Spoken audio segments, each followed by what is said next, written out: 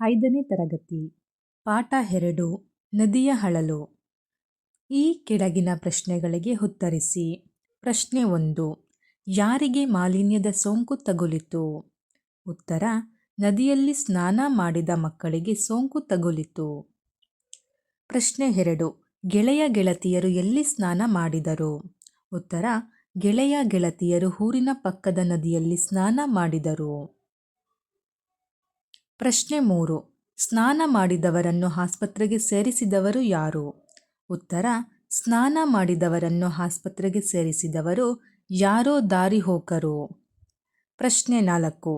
ನದಿ ಮಧ್ಯದಿಂದ ಯಾರು ದುತ್ತನೆ ಪ್ರತ್ಯಕ್ಷಳಾದಳು? ನದಿ ಮಧ್ಯದಿಂದ ಜಲದೇವತೆ ದುತ್ತನೆ ಪ್ರತ್ಯಕ್ಷಳಾದಳು. ಪ್ರಶ್ನೆ 5.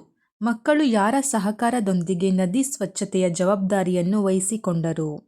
ಉತ್ತರ: ಮಕ್ಕಳು ತಮ್ಮ ಹೆತ್ತವರ ಹಾಗೂ ಊರಿನವರ ಸಹಕಾರದೊಂದಿಗೆ ನದಿ ಸ್ವಚ್ಛತೆಯ ಜವಾಬ್ದಾರಿಯನ್ನು ವಹಿಸಿಕೊಂಡರು.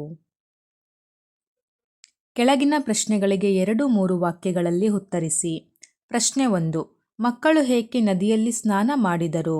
ಉತ್ತರ: ಭಾನುವಾರ ಶಾಲೆಗೆ ರಜೆ ಇದ್ದುದರಿಂದ ಮಕ್ಕಳೆಲ್ಲ ಆಟವಾಡಲು ಹೋಗಿದ್ದರು. ಮಧ್ಯಾಹ್ನದವರೆಗೂ ಆಟವಾಡಿ ಆನಂತರ ಸೆಕೆಯನ್ನು ತಾಳಲಾರದೆ ಊರಿನ ಪಕ್ಕದ ನದಿಯಲ್ಲಿ ಸ್ನಾನ ಮಾಡಿದರು. ಪ್ರಶ್ನೆ 2.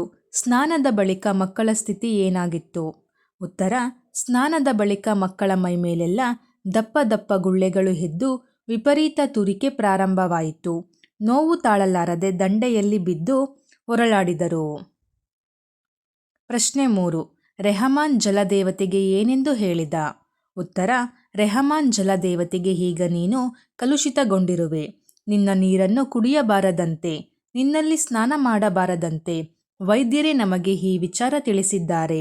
ಅಲ್ಲದೆ ನಮ್ಮ ಗೆಳೆಯ ಗೆಳತಿಯರು ನಿನ್ನಲ್ಲಿ ಸ್ನಾನ ಮಾಡಿ ಅಸ್ವಸ್ಥರಾಗಿ ಆಸ್ಪತ್ರೆಗೆ ಸೇರಿದ್ದಾರೆ ಎಂದು ಹೇಳಿದನು. ಪ್ರಶ್ನೆ 4.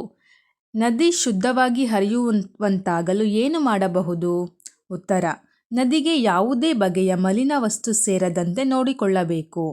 ಕಾರ್ಖಾನೆಗಳ ರಾಸಾಯನಿಕ ಪದಾರ್ಥಗಳ ಹಾಗೂ ಊರಿನ ಕೊಳಚೆಯನ್ನು ನೀರಿಗೆ ಸೇರಿದಂತೆ ನೋಡಿಕೊಳ್ಳಬೇಕು.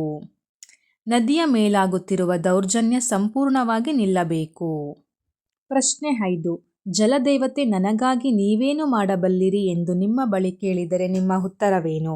ಉತ್ತರ: ಜಲದೇವತೆ ನನಗಾಗಿ ನೀವೇನು ಮಾಡಬಲ್ಲಿರಿ ಎಂದು ನಮ್ಮ ಬಳಿ ಕೇಳಿದರೆ ನಾವೆಲ್ಲರೂ ನಿನ್ನ ಮಾಲಿನ್ಯ ತಡೆಯಲು ಶ್ರಮಿಸುತ್ತೇವೆ.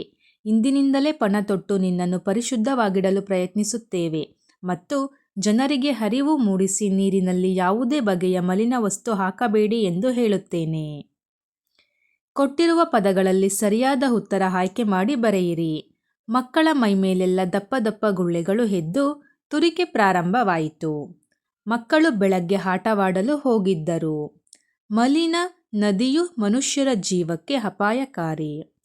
ನನ್ನ ಮೇಲಾಗುತ್ತಿರುವ ಮನುಷ್ಯರ ದೌರ್ಜನ್ಯ ಸಂಪೂರ್ಣವಾಗಿ ನಿಲ್ಲಬೇಕು.